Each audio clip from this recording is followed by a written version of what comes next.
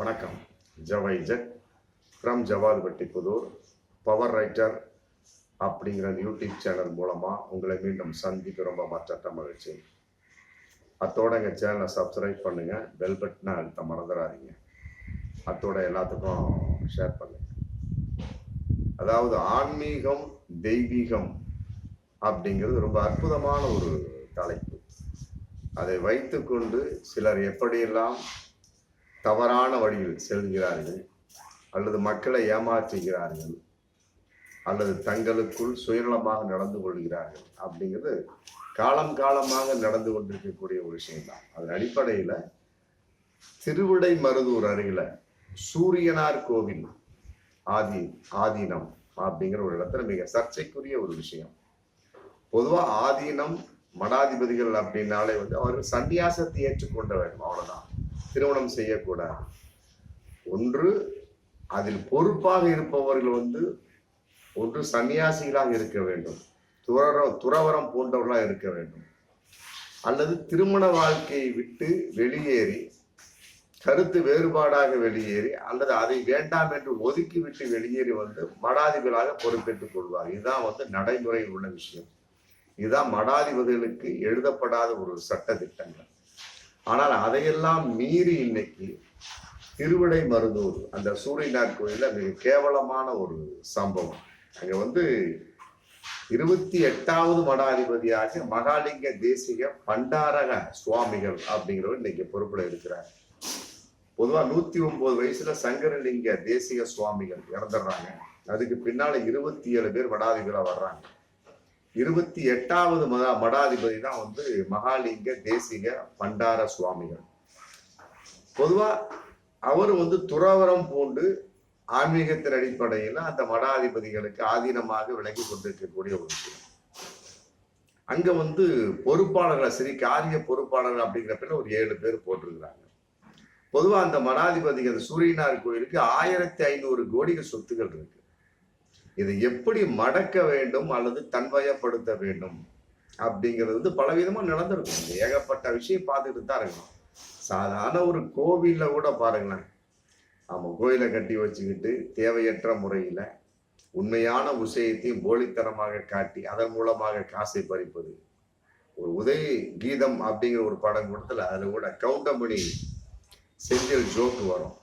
ஆமா, அதாவது மரத்துக்கு உண்டியில கட்டிடுவாரு கவுண்டமணி. ஒரு சாமியாரை வெளிப்பாரு, அவரு சம்பாதிச்ச மாதிரி இவரு சம்பாதிப்பார். அப்ப அவரு கேட்பாரு, உங்களுக்கு அண்ணா நகர்ல எனக்கு வீடு இருக்கு அப்படின்பாரு. அப்ப இவரு சொல்லுவாரு கவுண்டமணி, உங்களுக்கு அண்ணா நகர்ல வீடு இருக்கிறப்ப எனக்கு ஒரு அம்சிக்கரையில வீடு வாங்க முடியாதா என்ன, அதுக்காக இந்த தொழிலை பண்றேன் அப்படிங்கிற மாதிரி அது ஒரு சமாச்சாரம். அதன் அடிப்படையில இன்னைக்கு கோவில்களில் இருக்கக்கூடிய சொத்துக்களை மட ஆதீனமாக இருக்கக்கூடியவர் எவ்வாறு சுரண்ட வேண்டும், மடாதிபதியில் இருக்கக்கூடிய ஒரு சொத்துக்களை எவ்வாறு தன்வயப்படுத்த வேண்டும் அப்படிங்கிறத இன்னைக்கு மிக கேவலமான ஒரு சூழலா இந்த திருவிடை மருதூர் சூரியனார் கோயில் மடாதிபதியா இருந்து கொண்டிருக்கு மகாலிங்க தேசிக பண்டார சுவாமிகள் நடந்து கொண்டிருக்கிற விஷயம் ரொம்ப டிஃபரெண்ட். மற்றவங்க எல்லாம் சொத்துக்களை மட்டும்தான் அபகரிச்சாங்க. மற்றபடி இருக்கக்கூடிய விஷயங்கள் தான் அனுபவித்து கொண்டு பிறருக்கு விட்டார்கள். இவர் அப்படி இல்லை, கல்யாணமே பண்ணிடுறார். அதாவது அங்க இருக்கக்கூடிய சில பக்தைகள் யாராக இருந்தாலும் சரி தொடர்ந்து தங்கக்கூடாது அப்படிங்கிற ஒரு கண்டிஷன் இருக்கு. அதன் அடிப்படை மடாதிபதி எதாக இருந்தாலும் சரி, ஆதீன மடத்துல யாராக இருந்தாலும் சரி, குறிப்பாக பெண்கள் தொடர்ந்து தங்கக்கூடாது. தொடர்ந்து பெண்கள் தங்கினாலே முடிஞ்சு போச்சு. அங்க துறவரம் க்ளோஸ், சன்னியாசமும் க்ளோஸ், அங்க இல்லறம் வந்துடும். அதனால அந்த சட்டத்தை போட்டு தான் எழுதப்படாத அந்த சட்ட திட்டத்தின் அடிப்படை நடைபெற்று இருக்கு. இவர் என்ன பண்ணியிருக்கிறாரு, அங்க இருக்கக்கூடிய அனைத்து பெண்களும் வரப்போக இருக்கக்கூடிய சமயத்துல ஹேமாஸ்ரீ அப்படிங்கிற ஒரு கர்நாடக பெண் ரொம்ப டீப்பா பழகிருக்காங்க. காப்பி போட்டு கொடுக்கறது, சமையல் பண்ணுவது, அப்புறம் மகாலிங்க அந்த சுவாமிகள் சொல்லக்கூடிய அந்த சில வேலைப்பாடுகளை செய்வது அப்படி இருந்துட்டு சமயத்துல அது அப்படியே கப்புன்னு பஞ்சு நெருப்பம் பத்திக்கிட்டு இருக்க சமயத்துல அப்புறம் காதலிக்கிற சமயத்துல அப்புறம் திடீர்னு யாருக்கும் சொல்லாம 10/10/2024 போன மாசம் 10ஆம் தேதி பெங்களூர்ல கல்யாணம் பண்ணிடுறாங்க. கல்யாணம் பண்ணக்கூடிய சமயத்துல அதுவும் மறைச்சிடுறாங்க. திடீர்னு ஒரு நாள் அவர்கள் கல்யாணம் செய்த திருமண சான்று சமூக வலைத்தளத்துல வைரலா பரவுது. பரவன உடனே அது யார் பரவ விட்டுருப்பா? இருக்கக்கூடிய ஸ்ரீகாரிய பொறுப்பாளர்கள் யாரோ ஒருத்தவங்க பரவ விட்டுருப்பாங்க. அது இப்படி தானாக பரவும். மகாலிங்கம் அவருக்கு பிரியம் கிடையாது, ஹேமாஸ்ரீக்கு பிரியம் கிடையாது. இத்தனை ஹேமாஸ்ரீக்கு 13 வயசுல ஒரு பையன் இருக்கிறார். அவருக்கு கணவன் இருக்காரா அப்படிங்கிறது தெரியல. ஒருவேளை கணவன் இருந்து என்ன செய்யப்பட்டார் அப்படிங்கிற கேள்வி இதுல இருக்கு. சொல்ல முடியாது. போலீஸ் விசாரணை தோண்ட தோண்ட பல உண்மைகள் வெளியே வரலாம். அது ஒரு பிறப்புக்கு இருந்தாலுமே கூட அந்த திருமண சான்று வந்து யாரோ லீக் பண்ணிருக்கிறாங்க. அங்க இருக்கக்கூடிய மடத்துல இருக்கக்கூடிய லீக் பண்ணிருப்பாங்க. தானால லீக் ஆகாது.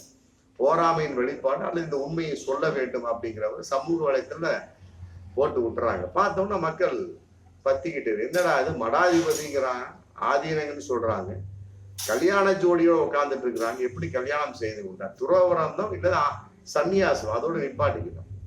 இது நேருக்கு மாறா இருக்கு அப்படிங்கிற சமயத்தில் மிகப்பெரிய ஒரு பிரச்சனையாகி இப்ப மக்களை அந்த மடத்தை பூட்டிட்டாங்க. சூரியனார் கோயில் மடத்தை பூட்டிட்டாங்க. நீ முதல்ல வெளியே வாப்பா, ஏன்னா நீ ஆதீனமாக இருந்தது போதும், வெளியே வா அடிச்சு போட்டு மக்களை வெளியேறி பூட்டிட்டாங்க. அதுக்கு இடையில ஸ்ரீகாரிய அந்த பொறுப்பாளரை ஒருத்தர் இவரா நீக்கிடுறாரு. ஒருவேளை அவரு தான் இந்த திருமண சான்றிதழை லீக் பண்ணியிருப்பாரா அப்படிங்கிற சங்கரலிங்க சுவாமிகளை ஏதோ ஒரு நபர் அப்படிங்கிற ஒரு தகவல் இன்னைக்கு போயிட்டு இருக்கு. எப்படியோ அதுக்குள்ள அந்த திருவாடுதுறை ஆதீனம் அந்த மடத்தை எங்களிடம் ஒப்படைங்கள் போட்டு அதுக்கு ஒரு போட்டா போட்டு அதுக்கு ஒரு எதிர்பார்ப்பு. பாருங்க எப்படியெல்லாம் 1500 கோடி சொத்துக்களை கொள்ளையடிக்க வேண்டும் அப்படிங்கிற ரேஞ்சுக்கு ஒரு சந்நியாசம் பூண்டு துறவரம் பூண்டு எப்படியெல்லாம் அவர்கள் அதற்கு ஆசைப்பட்டு உட்கார்ந்துருக்காங்க பாருங்க. அதன் அடிப்படையில் அவர் சொல்லிட்டார், வெளியே மகாலிங்கம் வர்றப்ப யார்கிட்ட ஒப்படைக்க மாட்டேன், இந்து சமய நல அறத்துறையிட்ட ஒப்படைச்சிட்டு போயிடுறது. இப்படி ஒப்படைச்சிட்டு அவர் தன்னுடைய உடம்பையெல்லாம் தூக்கிட்டு வெளியே வந்துடுறாரு. ஹேமாஸ்ரீ அவரோட போயிடுறாரு. முடிஞ்சு போச்சு. இதெல்லாம் பார்க்கின்ற பொழுது எப்படியெல்லாம் ஆன்மீகத்தின் வெளிப்பாடாகவும் துறவரம் என்ற பெயரில் மக்களை ஏமாற்றி கொண்டிருக்கிறார்கள் அப்படிங்கிறது ரொம்ப கேவலமான ஒரு விஷயம். ஆமா, அதையெல்லாம் விட இன்னொரு கூத்து, நம்ம திருமுல்லை வாயில்ல பெரம்பூர் கலையரசன் அப்படிங்கிற ஒரு அகோரி, அந்த நபர் நல்ல நபர் தான், அகோரியாக மாறிடுறார். மாறக்கூடிய சமயத்துல பலவிதமான விளையாட்டுகளை சித்து விளையாட்டுகளை தெரிஞ்சிருக்கும் போல இருக்கு. அதே நேரத்தில் பலவிதமான கிராமிய கலைகள்ல ரொம்ப கைதேர்ந்தவர். அதன் அடிப்படையில ஒரு காதலி அவருக்கு கிடைக்குது பாருங்க. துறவரம் போன்றவனுக்கு தான் இதெல்லாம் காதல் கிடைக்குது, நல்லவனுக்கு கிடைக்காது போல இருக்கு. பிரகலட்சுமி அப்படிங்கிற ஒரு பெண்ணிட்ட தொடர்பு ஏற்படுது. தொடர்பு ஏற்பட்டோன்னா அப்புறம் 2 பேரும் காதலிக்க ஆரம்பிக்கிறாங்க. அப்புறம் கல்யாணம் பண்ணிக்கிறாங்க. பண்ண சமயத்துல 2 பேத்துக்குள்ள கருத்து வேறுபாடு வந்துடுது. கருத்து வேறுபாடு வந்தவுடனே பிரகலட்சுமி 2 பேரும் பிரிஞ்சு வாழ்றாங்க. இந்த கலையரசர் என்ன பண்றாரு, அகோரி திருமுல்லை வாயில்ல போய் ஒரு கோயிலை கட்டி வரக்கூடிய ஆண்கள் பெண்களுக்கு குறி சொல்லுது. ஆமா, நீ நல்லா இருப்ப, நல்லா இருக்க மாட்ட, நீ நல்லா இருந்தீன்னா இந்த கோயிலுக்கு ஒரு 10 கிடா வெட்டு, ஆமா நல்லா இல்லையா இந்த மாதிரி பரிகாரம் பண்ணு அப்படிங்கிற மாதிரி எதோட சொல்லிக்கிட்டு அது 10 வார்த்தையில ஒரு வார்த்தை வெல்லும், ஒரு வார்த்தை கொல்லும்.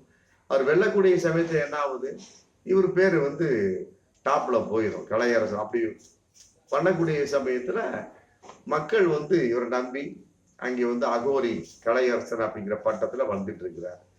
இன்னைக்கு அதன் அடிப்படையில பல பெண்கள் வருவாங்க. இதுல மெயின் பெண்கள் தான் அதிகமா பக்திங்கிற பேர்ல வரக்கூடிய சமயத்துல பலவிதமான பெண்களோட உடல் உறவு மற்றபடி செக்ஸ் டார்ச்சர் எல்லாம் செஞ்சிருப்பாரு போல இருக்கு. அது இந்த பழைய காதலி பிரகலட்சுமிக்கு தெரிஞ்ச உடனே இன்னைக்கு ஓட்டேரி போலீஸ் ஸ்டேஷன்ல கம்ப்ளைண்ட் கொடுத்துருக்குறாங்க.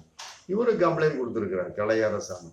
ஆமா, நான் என்னை வசதியாக வாழ வேண்டும் சொல்லிவிட்டு பிரகலட்சுமி ஆசைப்படுத்திட்டா, அதனால எனக்கு அந்த வாழ்க்கை தேவையில்லைன்னு சொல்லிவிட்டு நான் அகோரியா மாறி இந்த பக்கம் வந்துட்டேன். இதை நாங்க 2 பேரும் கோர்ட்ல பார்த்துக்கிறோம் சொல்லிட்டு இன்னைக்கு ஓட்டேரி போலீஸ் ஸ்டேஷன்ல சொல்லியிருக்கிறாங்க. இதன் அடிப்படையில பார்க்கின்ற பொழுது இந்த மாதிரி கோயிலை வச்சுக்கிட்டு மடங்களை வைத்து கொண்டு மற்றபடி சாமி ஆடிக்கிட்டு குறி சொல்லி கொண்டு மக்களை ஏமாற்றி கொண்டிருப்பவர்களை இந்த திராவிட மாடல் ஆட்சி ஒரு முடிவுக்கு கொண்டு வரணும். ஆமா, இந்து சமய நலத்துறை அமைச்சராக இருக்கக்கூடிய சேகர் பாபு கையில இந்த விஷயம் வந்தாச்சு. அவரு சொல்லியிருக்கிறார், ஆமா நான் மடத்துக்கு போய் நாங்க பார்ப்போம் அப்படிங்கிற மாதிரி வார்த்தை வந்திருக்கு. என்றாலுமே கூட மடத்தை அரசு எடுத்துக்கணும். அந்த திருவிடை மருதூர் நம்ம சூரியனாருக்கு ஒரு மடத்தை வந்து அரசு எடுத்து நற்காரியங்களுக்கு பயன்படுத்த வேண்டும். அதே நேரத்தில் 1500 கோடி சொத்துக்களை எத்தனை பேர் கொள்ளையடிச்சான். இந்த ஹேமாசிரியை மணந்து கொண்டு இந்த மகாலிங்க சுவாமி தேசிக பண்டார சுவாமிகள்ங்கிற பேர்ல அவர் எப்படியெல்லாம் கூத்தடித்தார் அப்படிங்கலாம் பக்கமாக மக்களுக்கு சொல்றோம். அதே நேரத்தில் இந்த திருமுல்லைவாயர் கலையரசனையும் விட்டுறாரு. இந்த மாதிரி எத்தனை பேர் இருக்காங்க கண்டுபிடிச்சு மக்கள் முன்னால் நிறுத்தி மக்களுக்கு வந்து உண்மையான ஆன்மீகம் எது, தெய்வீகம் எது என்பதை திராவிட மாடல் ஆட்சி காட்டி கொடுக்கணும். ஆமா, அன்னைக்கே எழுதிட்டா பராசக்தியில அந்த பின்னால இருந்து சிவாஜி பூசாரின்னு கூப்பிடுவார். யார் அது? தேவி நீயா பேசியது போட்டு அந்த பூசாரி வருவார். கல் என்றைக்கடா பேசியது போட்டு சிவாஜி வெளியே வருவார். அது உண்மை என்பதை இந்த திராவிட மாடல் ஆட்சி மக்களுக்கு நிரூபித்து காட்ட வேண்டும். ஆமா, பார்ப்போம் மீண்டும் அடுத்த வீடியோ. நன்றி.